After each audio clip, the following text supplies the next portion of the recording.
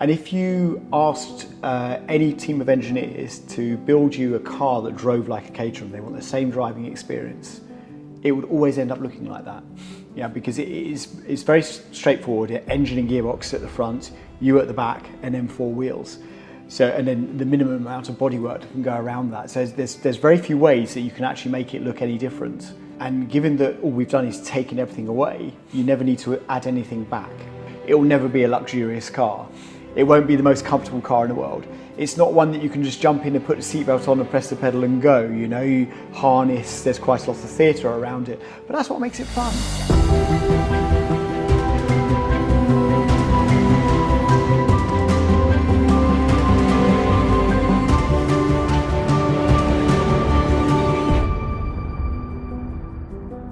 Quando penso ad auto per veri appassionati, Caterham è sicuramente uno dei primi marchi che mi viene in mente.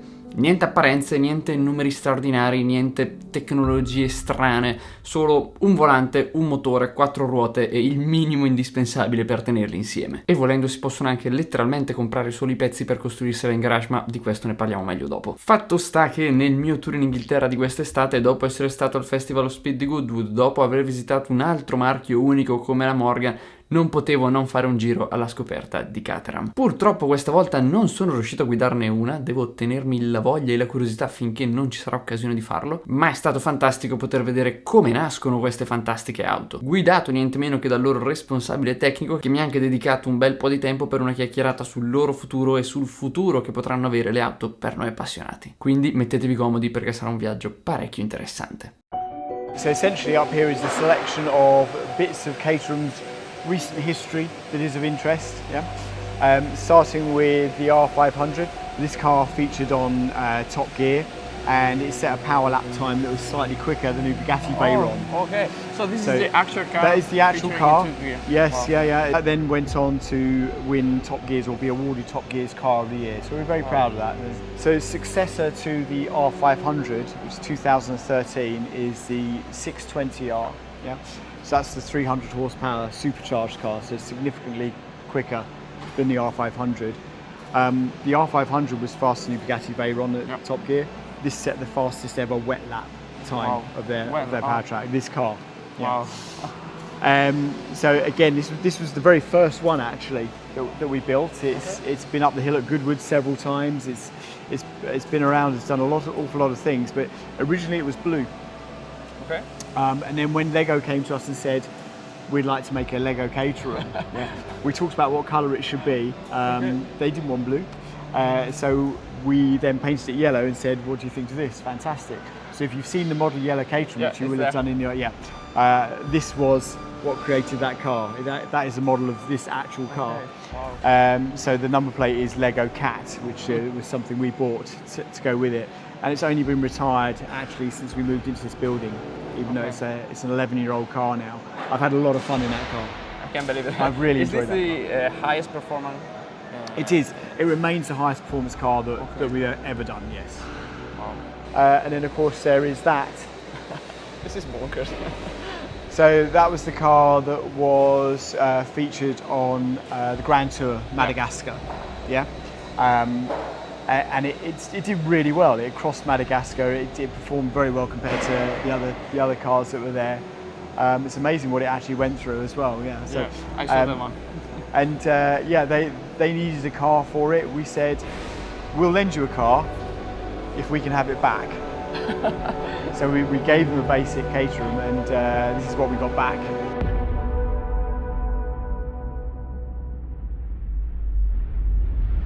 È il caso forse adesso di fare un passo indietro, perché credo che pochi di voi sappiano esattamente come è nata la Caterham. La storia in realtà è piuttosto semplice. Nel 1957 nacque la Lotus 7, che vi sembrerà decisamente familiare come forme. Pensata da Colin Chapman come una sportiva estremamente semplice, essenziale, ovviamente leggera, ma anche relativamente economica rispetto alla molto più raffinata Lotus 11 sempre di quegli anni. Addirittura per ridurre ancora i costi e permettere ai clienti di evitare la tassa d'acquisto, Colin Chapman pensò di vendere la Lotus 7 anche in kit, cioè a pezzi affinché poi uno potesse montarsela a casa. La Lotus 7 fu un successo, venne evoluta poi nel 1960 con la S2 e nel 1968 con l'S3. Tra la fine degli anni 60 e l'inizio degli anni 70 però Colin Chapman iniziò a ritenerla fin troppo semplice, quasi non degna di portare il marchio Lotus che nel frattempo aveva vinto 3 mondiali di Formula 1. E come se non bastasse, visto che veniva proposta come sportiva relativamente abbordabile, per la casa non era profittevole, anzi pare che Lotus perdesse 100 sterline per ogni Lotus 7 che vendeva. Così nel 1970 venne introdotta la S4, che era un po' più raffinata, ma in realtà proprio per questo venne apprezzata meno dal pubblico. Così nel 1973 Lotus decise di stoppare la produzione della 7. Nel frattempo, sempre nel 1957, un certo Graham Nairn aveva aperto la Caterham Cars, che non era altro che un concessionario Lotus, in realtà uno dei più grandi concessionari Lotus in UK, e quando venne annunciata la fine della produzione della 7, Nairn decise di acquistare i diritti da Lotus per continuare a produrla, battezzandola appunto Caterham 7, tornando quasi subito al progetto della serie 3 di 7 che era stata quella di maggiore successo e che sostanzialmente è ancora alla base per le moderne Caterham 7. Quindi direi che a questo punto è il momento di scoprire come sono fatte. La base di partenza, lo scheletro, ovviamente come sempre è il telaio, e mi ha fatto impressione vedere come sono talmente compatti e leggeri che praticamente i telai in attesa di essere montati sono immagazzinati in una sorta di scaffale. Chassis storage here. Okay. Yeah. So we don't build the chassis here. If we pull one out, you can actually have a better look. So the chassis are made in our facility in Westbury in Wiltshire, which is a few hours away, but it is another catering facility owned. Okay. It's just legacy, it makes sense to leave it down there. So in Westbury, the guys weld together the steel space frame and then they panel it in aluminium. The body is made up of 5 panels. Yep. You've got 2 side skins. They get joined here.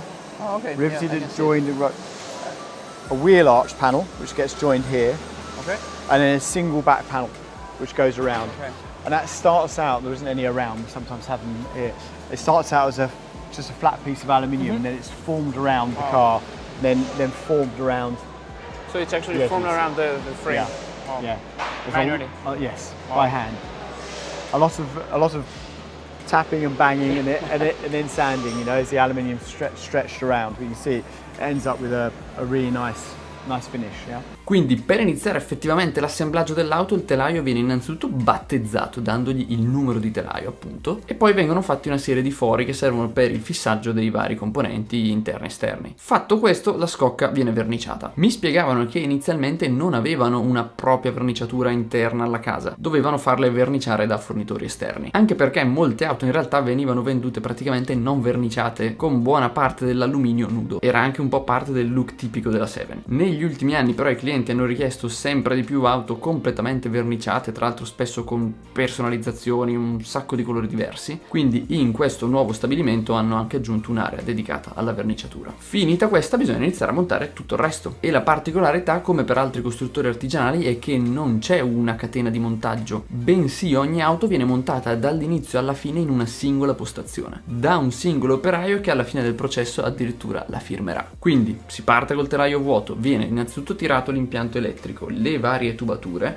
poi vengono montate le sospensioni e infine è il momento del motore. This will be one car from start to finish, yeah. The wheels there, the seats might be somewhere else because they're bulky, so to bring them in. But you can see he's relatively just started at this stage and is putting in the wiring loom and the plumbing, yeah. And instrumentation is yet to go in as well, which takes up the bulk of the wiring. But he will continue and complete this, see this right through to the finish. Wow. So on the other side, this one is nearly finished. How long does it take to go from this to this? It's about 2 weeks. 2 weeks. Okay. 2 weeks. 2 weeks or 4. Okay. Veniamo quindi al cuore dell'auto, il motore. Caterham non produce i propri motori, utilizza motori Ford e Suzuki, ma prima di montarli sulle auto vengono rivisti in parecchi aspetti. Ed è stato bellissimo entrare nella stanza in cui avvengono queste modifiche, perché mi è sembrato di entrare in una sala operatoria in cui regna il silenzio e l'attenzione a ogni minimo dettaglio. So yeah, the engines come into us from Ford or Suzuki. These are all Suzukis up here at the moment, yeah. And then we have to turn them into an engine that's effective for a Caterham. So we start off with a standard engine, and we'll take off the head and the sump and and change the pistons and conrods Okay. on most of the engines. And then we'll change the camshafts. And then we have our own sumps, which are a shorter sump so that we can get the engine as low as we can in the car, with the centre of gravity.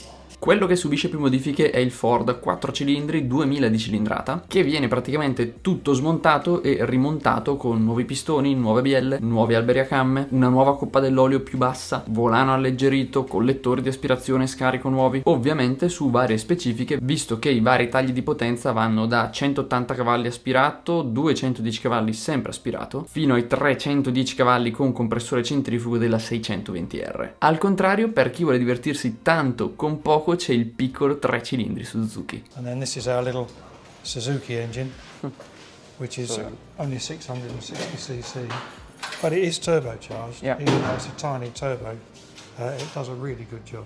And the engine being so light and so nice to drive, surprisingly, I'm amazed at how well that goes. And you work on this as well, like piston conrods, or you keep it No, standard? no. This is we just changed. The sump is an obvious thing. You can see how deep that is. We have to change that. We have our own sump, and the rest of it is really just to make the engine fit into the car. Okay. Tra l'altro una cosa simpaticissima che non sapevo è che con questo motore fanno anche una versione più stretta dell'auto che può essere omologata come K-Car per il mercato giapponese. E considerando che normalmente le K-Car hanno più o meno questo aspetto, non è proprio la prima cosa che mi aspettavo da Caterham. So it has to be less than 1.48 meters wide, Yeah. less than 3.1 long, 660cc. So that's what we build. And that makes it much more desirable for the Japanese market because they don't have to prove a parking space for it. There's less of a tax burden, etc. But I didn't know this K-Car. it makes it amazingly great fun to drive. 155 tyres. This car is so much fun. So much fun. It's one of the best things we do. Really? Oh yeah, honestly. Because you can move, the car moves around, it slides around underneath you at slower speeds. Yeah. So you can really enjoy it. In its lightest form, if you have it with the carbon bits and pieces, I think it's about 440 kilos. Wow. Because the engine's really small as well. E a proposito di scelte particolari, non abbiamo ancora parlato di uno degli aspetti che più mi aveva colpito quando ne ho sentito parlare la prima volta, cioè che le Caterham possono essere tutt'oggi acquistate come kit car, cioè praticamente a pezzi per montarsele in garage. Ovviamente non sono in molti a scegliere questa opzione, ma circa un 10% dei clienti lo fa. Considerate che attualmente producono circa 550 auto all'anno, quindi 10%, insomma una cinquantina di persone la acquistano in kit, soprattutto dagli Stati Uniti e dalla Gran Bretagna. In Italia, se ve lo steste chiedendo, a quanto ho capito non è legale. So when we do sell it as a kit like this, we do a number of bits for it already. So we do the wiring loom because the wiring is tricky. We put the brake lines in, we put the fuel lines in, and the fuel tank, and the instrumentation's in there as well. So you're putting in all the mechanical elements of it, if you like. But it does mean that whether you built it at home or where it's built in a factory, you wouldn't be able to tell the difference between a factory-built car and a kit car. Wow. So, how much is it like hard to build it at home? I mean, how much of like equipment and so on? You're building a car, so you need to have a degree of mechanical understanding. That helps. But we have comprehensive instructions. You know, it's going to be a bit of a challenge. It's not like an IKEA unit or Lego. It doesn't just. Some bits simply don't fit together because you have to remember things like a hand welded chassis. Bits move, you know, so there will be tolerances and you have to cope with those. But it's a lot of people like to do it for the experience of building a car as much as they want the car. Yeah, I can see it. I've met plenty of customers that have built their car and they never want to change it. You know, they'd rather upgrade it and do work to that car than buy a new one because they enjoyed the build or that build meant so much to them because they did it with their dad or their sister or whatever. Finito il tour della fabbrica, ho chiesto a Simon di dedicarmi ancora qualche minuto per fare una chiacchierata sul passato, ma soprattutto sul futuro di Caterham, perché ero molto curioso di capire come si gestisce l'evoluzione tecnologica in una casa automobilistica che praticamente produce lo stesso modello da 50 anni. E devo dire che le sue risposte sono state ancora più interessanti di quanto mi aspettassi, perché sono venute fuori tante considerazioni tecniche, ingegneristiche, ma anche tante affermazioni di pura passione. You've been making basically the same car, I think we can say, for the past 50 years. Yep. But of course, it's not the same car. I mean, technology has changed and evolved. So, how do you balance evolution with keeping the same project? The philosophy hasn't changed in that time, which is to build a car which is as pure a driving experience as you can possibly get. And given that all we've done is taken everything away, you never need to add anything back. So when people ask me this, sometimes I say it's a bit like a bobsleigh. If you have a look at a bobsleigh, that hasn't changed in 50 years either. You know, you can't add things to make it better. It's just the minimum that you need to do the job. And if you asked any team of engineers to build you a car that drove like a Caterham, they want the same driving experience, it would always end up looking like that. Yeah, because it's very straightforward. Engine and gearbox at the front, you at the back, and then four wheels. So, and then the minimum amount of bodywork that can go around that. So there's very few ways that you can actually make it look any different. Yeah, so that's the secret. If you remove anything, you obtain basically. Well, it's all about keeping it light. So lightweight obviously adds performance because the engine has less work to do, but it adds cornering performance and it adds braking performance. Yeah. And then the other thing that makes a Caterham great to drive or so enjoyable to drive are actually it's what you might consider engineering flaws. Mm-hmm. So you're hard pressed to get a good engineer to design it today. They would want to put the engine and you in the middle of the car, like a mid-engine car or anything like that. Whereas within the 7, the engine is quite a long way forward and you sit quite a long way back. So you end up with a very high polar moment, but that does mean that the car communicates with you all the time. Every time you turn the steering wheel, you feel exactly what the car is doing, and you can end up doing big slides and very controllable. It makes it a joy to drive. It's fast because it's light and powerful for its weight. It's not fast because of some special dynamic ability. You know, a mid-engine car would probably outperform it in the hands of the right driver. But I'm sure you've driven many mid-engine cars, and on the limit they can be quite frightening because they will suddenly snap. Whereas the 7 won't. You know, it will tell you in advance, I'm about to start sliding, are you ready? Here we go. Here's a little bit, do you want some more? You know, that's kind of every corner, and that's what makes it so much fun. So in terms of how that's evolved over the years, most of it is relatively simple stuff like tyres and tyre performance and tyre width. And of course there's been some new materials like carbon fibre. So carbon fibre gave us a way to reduce the weight of the car even further. Yeah. The biggest real change other than the engines, and you know, engine power isn't so different, but has really been in the rear suspension. And that was 35, 40 years ago actually, when we changed from a live axle to a Dion rear suspension, so to remove some of the unsprung weight. Fundamentals of the car, the fundamentals of the suspension, very little has changed. Very little has changed. You know, it's keeping it pure to that principle.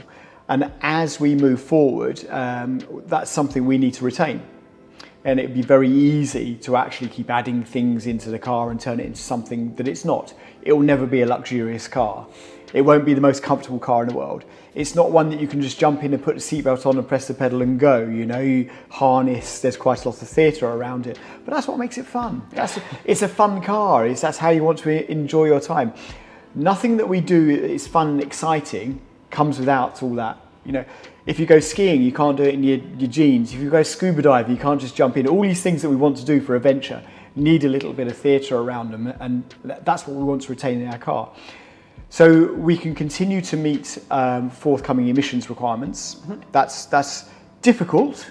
Yeah, it's a real challenge for a company of this size, but we can continue to do that. That's our primary goal, is to do that and keep offering the 7 without diluting it in any way as much as we possibly can. I think there are some things that we can do to improve it slightly further, to keep the experience and maybe take some of the rough edges off. But otherwise, yeah, it works. Let's not try and fix it. Yeah. So everyone that comes into the company as new engineer, for example, you know, they need to get in the car and experience the car and understand it. So that is what we're aiming to achieve. That is what we've got to achieve for the future. And talking about the future, last year you launched Project V, which is very different from what you're making right now. First of all, because it's an electric car, but it's also a completely different segment, Yes. let's say, category. And so, first of all, how do you think you will or you are managing to keep the same philosophy in such different segment? And then I'll ask you also more on the propulsion part, so on the electric propulsion. But let's start from the keeping the same philosophy over such a different segment. Project V has only come about really because of the company being bought by our Japanese importer, and then wanting a desire to do more, as we've always wanted to do more. One of the things we never, because we've just discussed it, one thing we can never do is replace the 7. The 7 is the 7, it will always be. So anything we need to do wants to be an extension of that.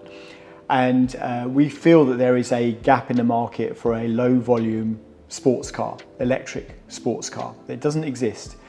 It's not one that we think that the major OEMs are likely to fill either. They have much bigger targets to hit and other things to do instead. So it's a place where we think we can fit. We can create something that's different, a very light car. So it'll be a very light EV, the Project EV.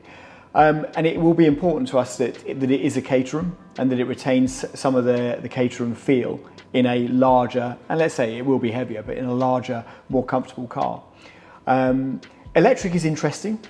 I have driven electric 7s, more than one, and actually they're really good fun. I don't think people should be afraid of that at all. It's a far more accessible driving experience because you only have a throttle and a brake. Yeah. And it's not like an automatic. So with an automatic, the car's kind of deciding what gear you're going to be in, and it's never right. It can't see the corner coming up. With electric, you've just got all the torque all the time. So it's like you're in a perfect gear all the time. So actually, that adds a new dimension into what a different sports car could be. And obviously what we expect, or what we would hope, is that your Caterham owner has a 7 for the weekend, but because they enjoy driving, they have the Project V car for the rest of the time as well. Yeah, this is a very interesting point because I think in the car enthusiast niche, there's this kind of fear for electric cars and the electric future. But to be honest, I think this is largely unmotivated. I mean, when you start driving EVs, you realize that they can be perfectly fine. Of course, it's a different experience. You don't have the sound, you don't have the smell of gasoline, but you gain this controllable and instantaneous output from the motor. And of course, you have many other benefits also in terms of maintenance and also usage costs. So, how do you see the future of fun cars like Caterham with electric? Do you think is there a contrast or a big opportunity? I think there's a room for both. One thing you can't replace with electric is the noise, and you can't replace some of the things that you might look at as being a disadvantage of a petrol car. For example, having to change gear. But within our car, heel and toe is easy. Yeah. And heel and toe gear changing is very satisfying. So it's a skill that you learn and enjoy. Others, and I think particularly a younger market coming up who will have learnt to drive in an automatic and probably have never pressed a clutch in their life, probably won't want that, but they can still experience a fun car. And if you drive an electric 7 on a track where you are only concentrating on the throttle and a brake, actually it's all about the steering, and in some ways it has a different element of fun. It's not better and it's not worse, it's just slightly different on the chart. So I think there's room for both. In terms of the market, I think we're going to see more in sustainable fuels, particularly in motorsport, as that starts to come through in motorsport, where we are keen to push that as well. So that will give older cars and petrol cars a sort of new lease of life, that you can have this and you can remain environmentally conscientious. Bear in mind that cars like our own do very, very few miles. Yeah, of course. So actually in contribution terms, it is very tiny. You do need an awful lot of miles to combat the built-in CO2 into an electric car. So actually a petrol 7 is going to be more environmentally sound than an electric 7. But we can understand why people might want those. And I think they'll be great fun to drive as well. They'll just offer a slightly different experience, you know. So yeah, it'll actually complement each other rather than one trying to replace the other. How long we'll be allowed to build petrol engine cars for, I'm not entirely sure. But for the UK and certainly for the US markets as well, particularly, I think for some time to come. Yeah, I hope that both ways could remain, and they could be simply two different ways of having, building, driving cars. Yeah, I think some electric cars, light electric sports cars, of which there isn't any at the moment, would make track driving for complete novices more accessible than a petrol car, where it's actually quite a challenge to learn how to drive on the track and have to think about things like the gears as well. Yeah, I think part of the fact that people think electric cars are boring is that no one is currently making a fun to drive electric car. You're absolutely right. I don't think you can't say that electric cars as a principle are boring, but you can say that electric cars that are available on the market are boring. And maybe because I sit in a different place, I would say, but most of the petrol cars on the market are boring as well, you know. Your average car is now, I consider to be a household appliance. And for very good reason, you are being detached from the driving experience as much as possible. You know, so you're having very little interaction with what the car's actually doing, and we're not that far away from more autonomy and more autopilot, and that would be great for my commute to work. I would love that. That would be absolutely fine. But for many people, we still enjoy driving. And if you enjoy driving, then you don't want to drive a modern car, be it petrol or electric, it doesn't matter, because it just is uninvolving. You know, you can't feel a road anymore. You can't really hear what's going on anymore. Everything's very detached. So you want to be able to enjoy the experience. So you want a very pure experience. So our car has no power steering. It doesn't even have power assistance on the brakes. You know, everything is very, very analog. And you can look at other areas of the world and think the same thing. You know, arguably a screw top is a better way of sealing a bottle of wine. But where's the fun in opening a screw top bottle of wine? You want to put the corkscrew in, and it's harder. Yeah, it's harder. But isn't that part of the experience of having a nice bottle of wine?